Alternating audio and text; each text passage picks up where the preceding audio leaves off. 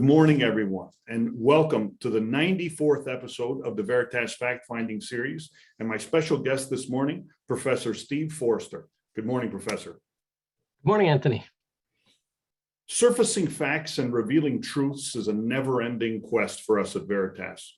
In each episode, we go on the ground in an unscripted, candid video format to speak to industry professionals in order to discover how we can make better investment decisions. In this series, and with everything we do, we believe the facts empower investors and that better information leads to better investment decisions. By way of background, my name is Anthony Scilipoti. I'm the president and CEO of Veritas, which is an independent equity research firm based in Toronto, Canada, and I'm proud to say we're soon to be celebrating 22 years, 100% employee-owned and operated. Quick disclaimer, this broadcast is not to be taken as investment advice, and participants or employees of the Veritas group of companies may own securities discussed in this broadcast. While we love all our guests, and Professor Foerster, of course, in particular, this session may contain forward-looking statements, investment opinions, and comments that we do not agree with at all.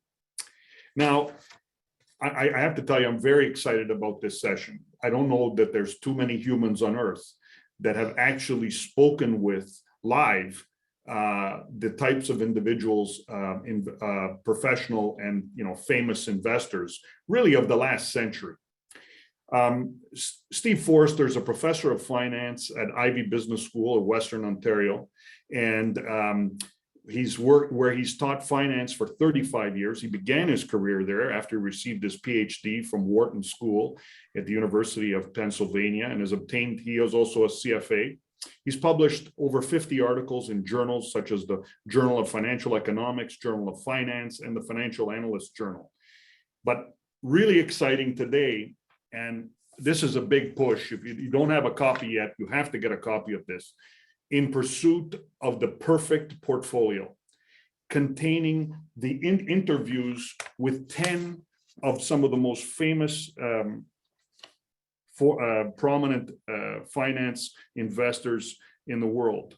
Jim Bogle, Charlie Ellis, Gene Fama, Marty Lebowitz, Harry Markowitz, Bob Merton, Myron Scholes, Bill Sharp, Bob Schiller, and Jeremy Siegel. We're going to talk about that in depth. And then we're going to talk about the work that you've done with the financial advisory industry. In a sense, all that studies to help build better portfolios, how to better deal with clients, et cetera. What makes a successful investment advisor? So lots is in store in today's show. But without further ado, I'd like to start out, Steve, tell us about yourself. What is it that brought you to become a professor, and why do you do what you do? Sure. Thanks, Anthony, for having me, and thanks for the introduction. As you mentioned, I've been 35 years now at Ivey, which I really enjoy. The way I got started out, I was an HBA grad from the Ivey Business School many years ago, and I had an opportunity to take on a 2-year limited contract to teach at Western University's first year Business Foundations case-based course. And I really enjoyed that, and so I thought that in order to make a profession of this, I needed a PhD, and was fortunate that Wharton somehow let me in, and so that's where I got my start. What really drives me, I think, is in the teaching and the research and in the administration is really just passion through teaching. It's great to be able to inspire young minds through the research. It's great to discover new things, learn about what makes capital markets tick, and through administration to lead. And we've just actually, I just came off the last month as a co-director of a brand new program that we have just started at Western University. It's called Women in Asset Management, and We have just completed with 33 women a 4-week intensive program that's followed by a paid internship with the goal to move the dial and provide more diversity to the industry. And consistent with what you said earlier, we hope to inspire these young women, but also through diversity to make better investment decisions. So that's a little bit about what makes me tick. Awesome. So now, after all the works with the different journals and studies that you've done, you turned your attention to put this book together with one of your colleagues, Andrew Lowe. And I already gave the prelude of how this consists of the interviews of 10 different investment heroes, almost we'll call them. And so what was the genesis of the book? Sure, and certainly they are our intellectual heroes. That's the best way to describe things. It actually was a decade-long project. Didn't start out that way, but that's what it was. It was back in 2010 that I came up with this idea. I think I came up with the book title first, and then everything followed from that. But there were two key questions that I was curious to try to answer. Is there a perfect portfolio of assets that investors should have? And secondly, how have academics and practitioner, how has the research by academics and practitioners contribute to our understanding of what the perfect portfolio looks like? So I had planned this for an upcoming sabbatical, trying to reach a broader audience than just a narrow audience of academics. The sabbatical got postponed, so I sort of put that aside. And then I noticed in February 2011, there was an announcement for an upcoming conference in San Diego hosted by the Journal of Investment Management. And my jaw dropped when I saw who the presenters were going to be. It was including Harry Markowitz, Bill Sharp, Myron Scholes, Marty Leibowitz, and Andrew Lowe. And I knew Andrew from Wharton. I was a student in his very first Ph.D. course. He had a Ph.D. from Harvard and was just starting out, was younger than me, and yet here he was teaching at Wharton.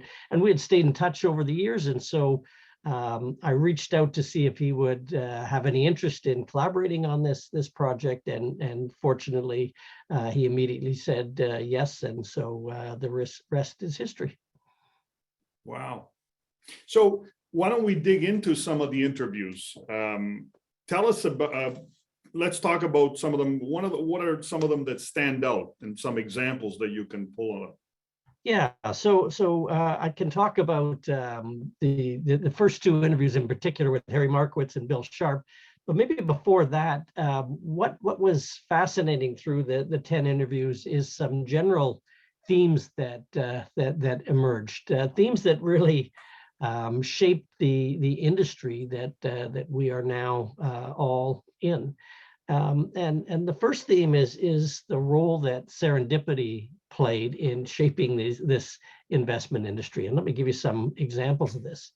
Back to 1950, when this the book really starts, we start off by featuring Harry Markowitz, who was struggling as a doctoral student to find a topic for his dissertation. That's something certainly I can relate to, and many others who have gone down that route. So he went to see his advisor, Jacob Marshak, and when he went to see his advisor, he was busy, so Markowitz was waiting in the anteroom.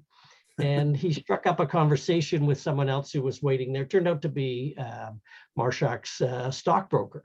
And so the two chatted about Markowitz's dilemma.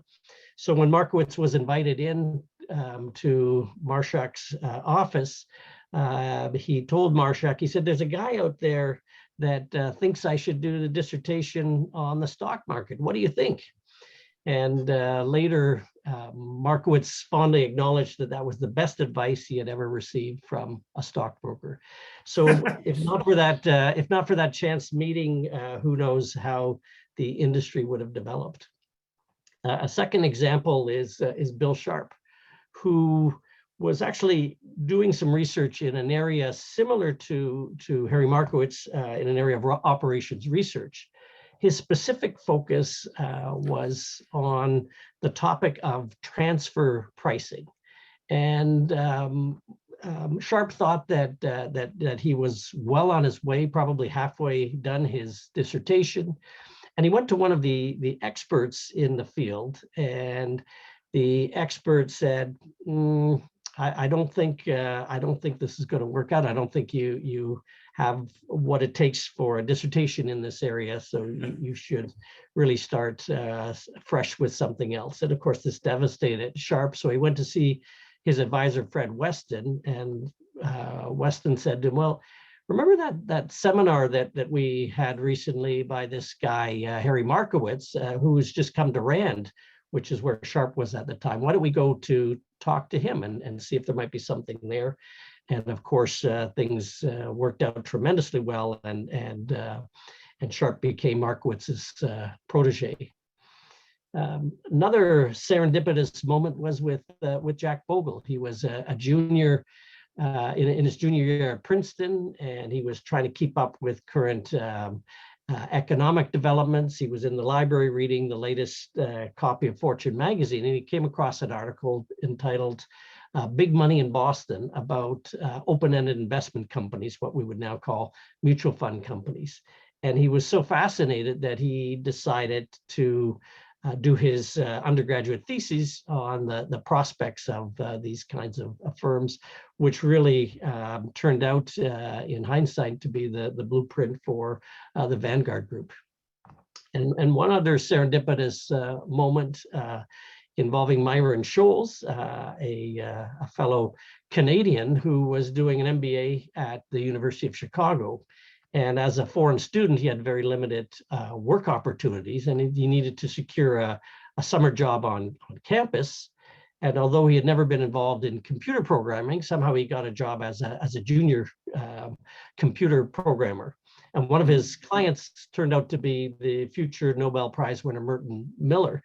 And Scholes did such a great job that Miller didn't want to lose him as a programmer. So he suggested that Scholes enter into the Ph.D. program. And amazingly, Scholes never had to apply. So I think that the theme from all of this, or the big takeaway, the big lesson, is to take whatever life throws your way and make the best of it. And we're glad that all of these individuals did. It's amazing. Another theme. Yeah, please. Another theme was how these luminaries thrived despite setbacks or near failures. Harry Markowitz was prepared for his dissertation defense. He had it all down pat, and he figured it would go smoothly. On his committee was yet another future Nobel Prize winner, Milton Friedman. And 5 minutes into the dissertation, Friedman says, "Well, Harry, I've read through the dissertation carefully. There's no mistakes in the math. But there's an issue, and this isn't a dissertation in economics, and we can't give you a PhD in economics for a dissertation that's not in economics." And he kept repeating this for the next hour and a half, and Markowitz was getting quite nervous, and eventually he was asked to step out in the hallway, and when he came back, he had got word that he had successfully passed. But it shows you the challenge of essentially creating a new field of research. Another failure, a couple of failures faced by Bill Sharp. One was when he was in grade 4 at Riverside, California Public School. There was a math test that he was studying for. It was on the multiplication tables. Sure. And he had memorized the multiplication tables up to 10 times 10, but didn't realize that the test was going to be on up to 12 times 12. And because of that, he failed that test, and he failed the entire grade 4. He had to repeat grade 4, which, looking back on it, is an incredible reflection, not in a positive way, on the schooling system. Another failure was Jack Bogle. In 1976, He was all set for the initial public offering of the first index mutual fund, first index investment trust. And he had some of the biggest underwriters, and they had a target to raise $150 million. But when the books closed, they had only raised 11.3 million. So they had a 93% shortfall. And this became known as Bogle's folly. The underwriters suggested that he cancel the deal, but he decided to persevere, and fortunately, that kept the first mutual fund index alive. And one final example, back to Bill Sharp, his prestigious capital asset pricing model research that he had done that was part of his dissertation. He submitted it to the top finance journal, the Journal of Finance, and he received a negative referee report from an anonymous referee. The referee commented that Sharp's assumption, and including the important assumption that investors make the same predictions about expected returns and risks, were so preposterous that all subsequent conclusions were uninteresting. And he was rejected. Interestingly, Fisher Black and Myron Scholes also had their famous option pricing paper rejected, but fortunately these were both published. So I think the key lesson is to don't give up. So those were a couple of important themes that emerged throughout our interviews. So serendipity, or the ability to see opportunities and seize them, right? Yes. And then to be willing to fail. We had. Exactly.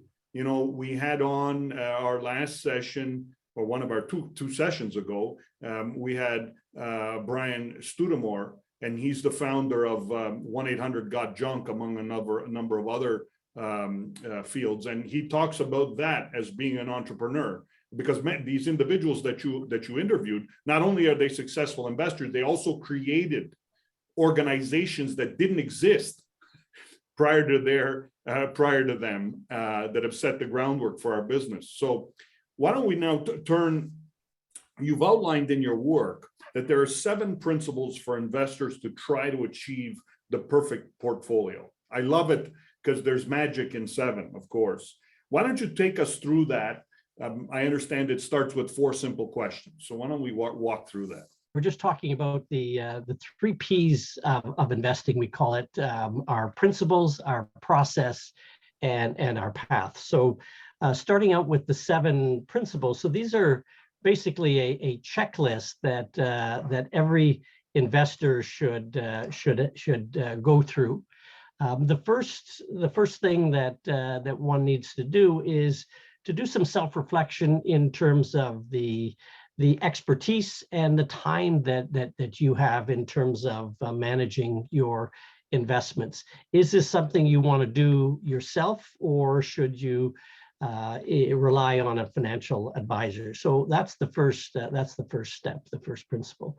Secondly is to determine what your current and your future financial needs are, starting with what your life goals are. So it's easy to start with and come up with a list of goals that might be related to your retirement planning, what you're going to be doing in retirement, various goals that you might have. The trick is then to turn those into financial goals, because that's going to be critical in terms of determining how one can reach those goals. The third principle is to really understand what your financial risk comfort is. And really this involves a lot of self-reflection.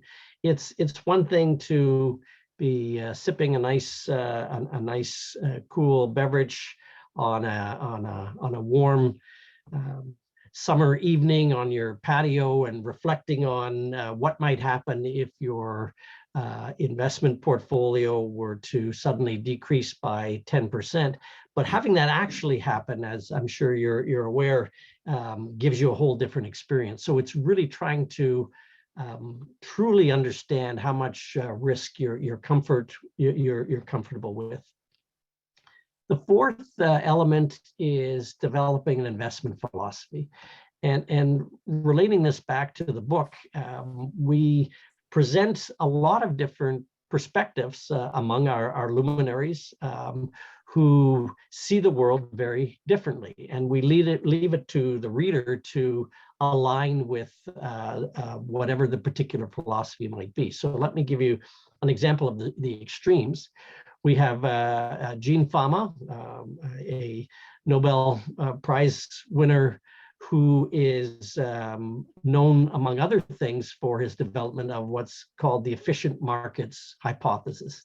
The efficient market hypothesis states that prices fully and immediately reflect all relevant information. So it's a hypothesis that's actually very difficult to test, and Fama's made a career of doing that. But if you believe in the efficient market hypothesis, then really what it boils down to is what you see is what you get. Prices fully and immediately reflect what their true intrinsic value is. On the other extreme is Bob Shiller, also a co-recipient of the Nobel Prize in Economics, and I think this was quite fascinating what the Nobel Prize Committee did. They awarded both Fama and Shiller the Nobel Prize in economics in the same year for very contrasting perspectives.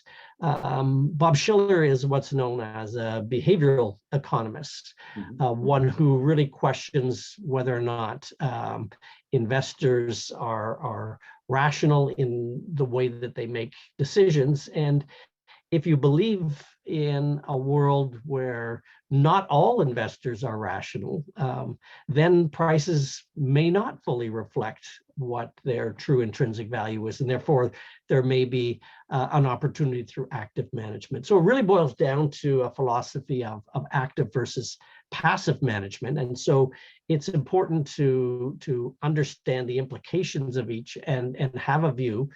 And then if you're using a financial advisor, to make sure the financial advisor has an investment strategy consistent with what your investment philosophy is. Number 5 is coming up with a list of all the assets, not only that you're willing to hold, but those that you aren't willing to hold. So some of the obvious ones are stocks and bonds, and I think almost all investors are comfortable with those two types of investments. Then we get into derivatives and real estate and commodities, and a topic I'm sure that a lot of investors are asking about now. What about crypto as an investment? So this may or may not be something that's in your category of things that you wouldn't want to hold, but it's important to come up with that list. The sixth thing is to have a good appreciation for the current environment, the current investment environment that we're in, and how does it compare to historical norms? Are we in a recession? Are we in an expansion? Sometimes those aren't easy questions to answer, but you can get a sense of the investing environment and whether investors are willing to take on a lot of risk or not. And the last principle is to avoid any obvious investing mistakes. Some investing mistakes might include excessive trading, needlessly incurring taxes, and so these are the things that you need to watch out for. So those are 7, regardless of who you are as an investor. This is a nice checklist. And by the way, on our website, in pursuitoftheperfectportfolio.com, we list all of these and actually provide a self-assessment tool that relates to the second portion. And you mentioned the 4 questions. That's what we call our process, the second PR process. So I can talk about that next as well. Yeah, that's really definitely. Yeah, really, it boils down to thinking about 4 different characteristics. The first one is your degree of risk aversion. The second one is the magnitude of your current and your future wealth and your earnings power. The third is the magnitude of your current and future needs. And the fourth one relates back to this investment environment that we're in. Now, this is clearly an oversimplification, but if we categorize each of those four elements into two different types, that leads to 16 different archetypes, and clearly there could be many more. In terms of your degree of risk aversion, we categorize the two extremes as either the risk-averse investor that we call a dove, or the risk-seeking investor that we call a hawk. So are you a dove or are you a hawk in terms of how much risk you're prepared to take on? Secondly, in terms of the magnitude of your current and future wealth and your earnings power, are you a Midas, a high income investor, or are you a Peña, a low income investor? And Peña is actually the Greek goddess of poverty. Who knew that there was a Greek goddess of poverty? The third element, in terms of your needs, are you a big spender like Gadsby, or are you a miser like Scrooge? And then the fourth element is the investment environment. Are we in an expansion, or are we in a recession? So it's a simple self-assessment to answer these four questions, and that puts you into one of 16 categories. Clearly, we would encourage you to use this as an opening conversation with a financial advisor. And there are many nuances that you might be somewhere in between, but this should get the conversation going. Once you've completed that, then the third element, we call it our path to the perfect portfolio.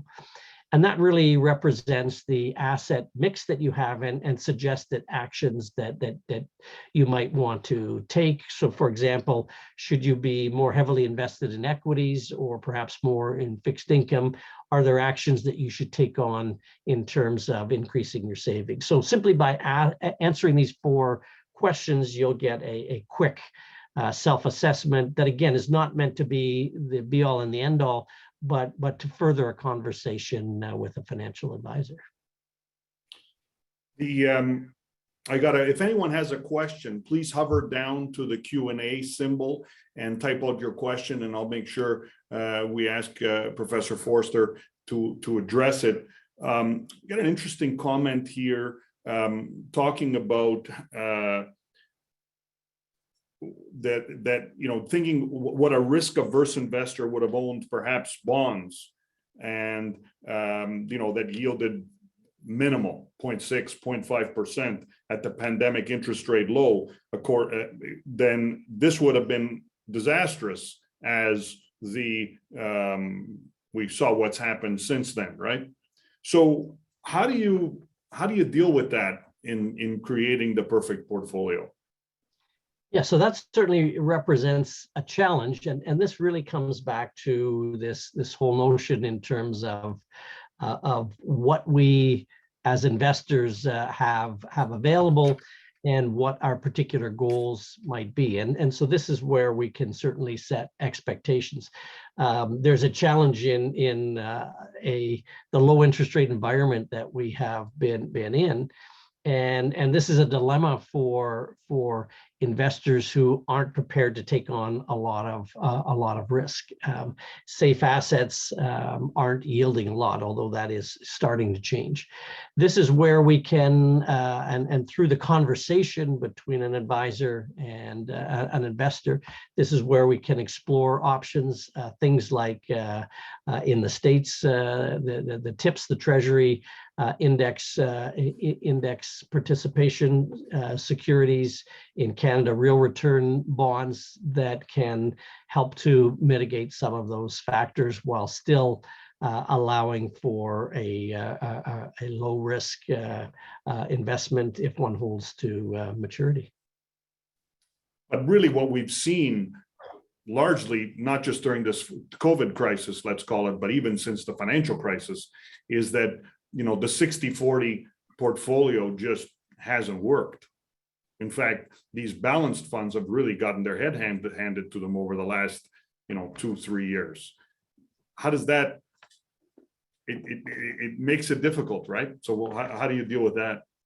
It certainly does, and even if we go back historically in North America to the early '80s, again through up until, call it 6 months ago, we've had this tremendous era of decreasing interest rates, which, as you know, are inversely related to bond prices, and therefore we've had an extremely strong fixed income market, which has helped in terms of the balanced portfolio. There's no silver bullet. One can apply some of the concepts that some of our luminaries, such as Harry Markowitz and Bill Sharp, were big proponents of, and that's diversification. And so what I think we've seen is a trend to looking further and further afield for more opportunities for diversification. Even now, there are increasing opportunities, for example, for individual investors to dip their toe into the private equity world. And so I think this is in the spirit of increased diversification. Of course, the downside is, as we've seen during the financial crisis and early on in the pandemic, when we have these huge shocks, sometimes just when we want the benefits of diversification, they're not always there, where we have assets becoming correlated. But I think that's where the staying the course really helps. Is there ultimately then one perfect portfolio? So there really isn't, and that's a spoiler alert, I guess, is that there is a portfolio that is perfect for each of us at a particular point in time. And so it's not going to be something that is never going to change, but clearly as we go through different life cycles, then our portfolio should change. We sum it up by noting that really for each and every investor, there are four and really only four levers that you have available to you. One is what the target size of your financial goals are. You can think big and imagine this huge cottage and boat and multiple cars that you'd love to own, but you might need to make some adjustments. Maybe it's just going to be one car and no boat, and so that can change. And so that's one lever that you have available to you. The other second lever is your willingness and ability to contribute regularly in terms of savings and investing. Savings now, and I think this is in particular directed at our younger viewers here, savings involves trade-offs. Foregoing consumption today for hopefully our ability to consume more in the future. So it's not easy. It means making sacrifices today, and so that's a lever that is available to you. The third is the amount of time that you have to achieve your goals, and we all know about the magic of compounding.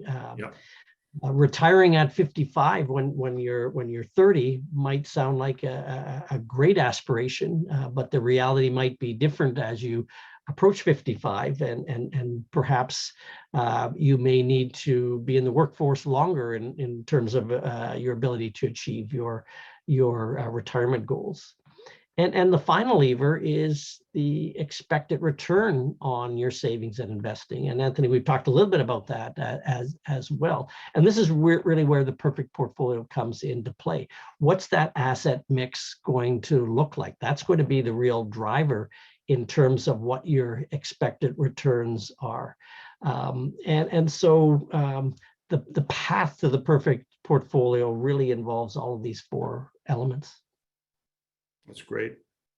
So it's also makes for the importance of having an advisor, the importance of managing and changing and being an active manager throughout your lifespan, because you have different needs as life progresses and markets obviously evolve. Which takes us really to the other points I wanted to discuss with you, and that's your work in the financial advisory business. And you've written, one paper in particular that you shared with me that stands out, where you explain the differences across investors' portfolios and what it takes to be a successful advisor. Can perhaps you walk us through some of your findings? Sure, happy to. This is a project co-authored with my former Ivey colleague, Ali Privataro, along with Johanni Lenainma and Brian Meltzler, and we were fortunate to have it published in the Journal of Finance. We were curious about what explains the difference across the portfolios of retail clients. In other words, their exposure to stocks. And there wasn't a lot of research in the area, mainly because of the lack of good data. And we were fortunate to secure a detailed database through 4 anonymous Canadian mutual fund dealers. We call the paper "Retail Financial Advice: Does One Size Fit All?" So again, we're trying to explain different investors, and one investor might have 20% invested in stocks, and the other might have 85% invested in stocks.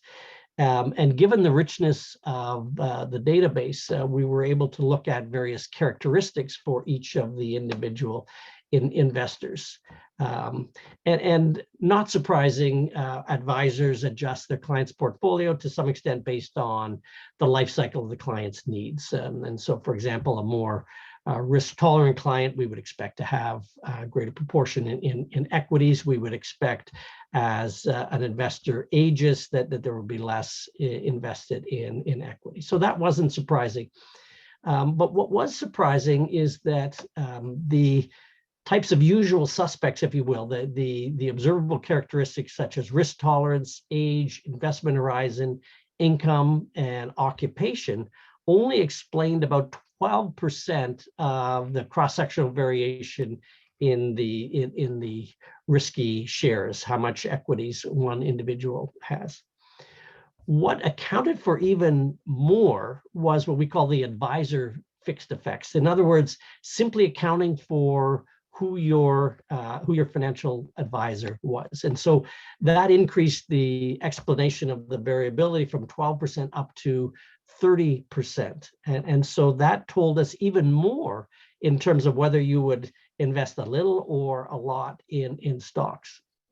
And what was unique about this database is we also had the investment advisor's own investments in the sample. And so we were able to compare the clients and the investment advisor. And what we found was that advisors projected their own preferences and beliefs on their clients. In other words, if all else equal, if an investment advisor had more equities in their own portfolio, then there was a tendency for their clients to have more equity in their portfolio, even accounting for all these usual suspects that we talked about earlier.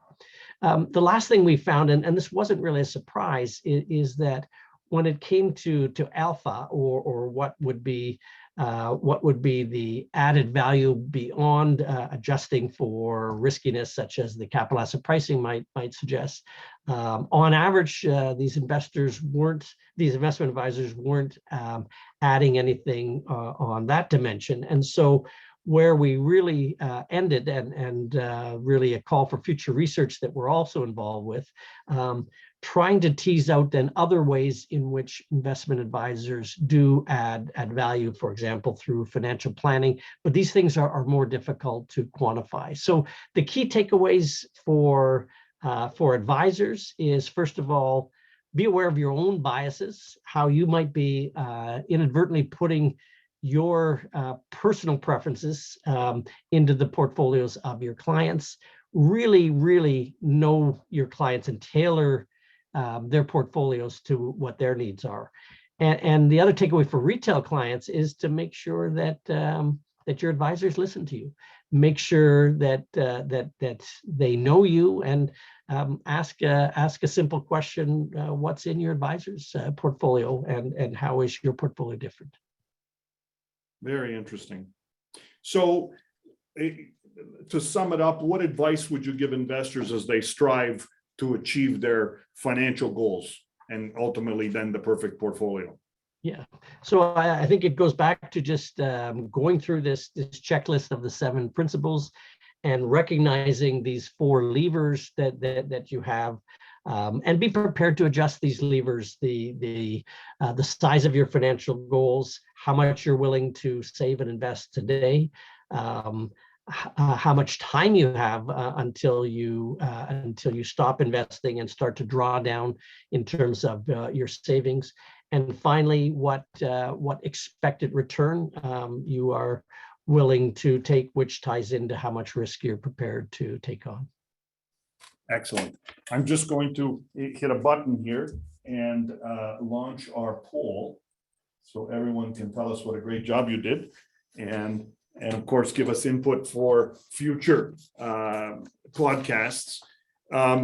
Couple quick comments here. Your favorite book? So my favorite book is a shout out to my co-author, Andrew Lowe. His book in 2017 called Adaptive Markets, Financial Evolution at the Speed of Thought. He's a great storyteller, and what he does with this book is he ties in psychology, evolutionary biology, neuroscience, and artificial intelligence. And he comes up with a theory that he calls the adaptive market hypothesis, a play on the efficient market hypothesis, which suggests that market efficiency, the whole theory of market efficiency might not necessarily be wrong, but it's just incomplete. And so we have to take into account, and as individuals, we need to adapt, and that includes adapting our own portfolio. And favorite podcast? I've got many, but the one I would like to highlight is one called Cautionary Tales by Tim Harford. He's the author of The Data Detective, and the focus of the podcast is to tell true stories about mistakes throughout history and what we should learn from them. And what I found fascinating is that the podcast is not about investing, but it's about historical mistakes. And yet there are many of the episodes that if you look at them through an investing lens, then I think there are fascinating lessons. And to give one example of a recent podcast, it was a cautionary tale about pilots relying too much on autopilot, on the autopilot function, and how that might lull one into a false sense of security and cause one to take on more risks. It's interesting that you give that example. Have we lost you, Professor, or are you there? As when you talk about autopilot, and I think that's an apt. Whoops, you're still breaking up. What was you said? What is the name of the podcast again? Cautionary Tales by Tim Harford. So it's quite interesting that you end on a note about autopilot. And if I can then lob you one last question, what we've seen essentially since the financial crisis largely is the coming of passive investing. Just buy the index and don't bother picking stocks. It's easy. The tide goes up and all the boats are rising higher. Any parting thoughts on this, given the work that you've done and the experience you have with speaking to these individuals? So what's fascinating is among our luminaries, there were some that were very devoted to passive investing and others active investing. On the passive side, you've got Harry Markowitz and Bill Sharp, and on the active side, you have Bob Schiller and surprisingly Myron Scholes as well. So I think it really, what I would say is develop your own philosophy, and that will drive whether you want to be a passive or an active investor. Any advice on where we are today in the world? Interesting times, always interesting times. Indeed. Well, Steve, thank you for your time. Excellent work on the book, and I wish you continued success. Thank you, and thank you for having me, Anthony. Thank you. Thanks, everyone. Stay tuned.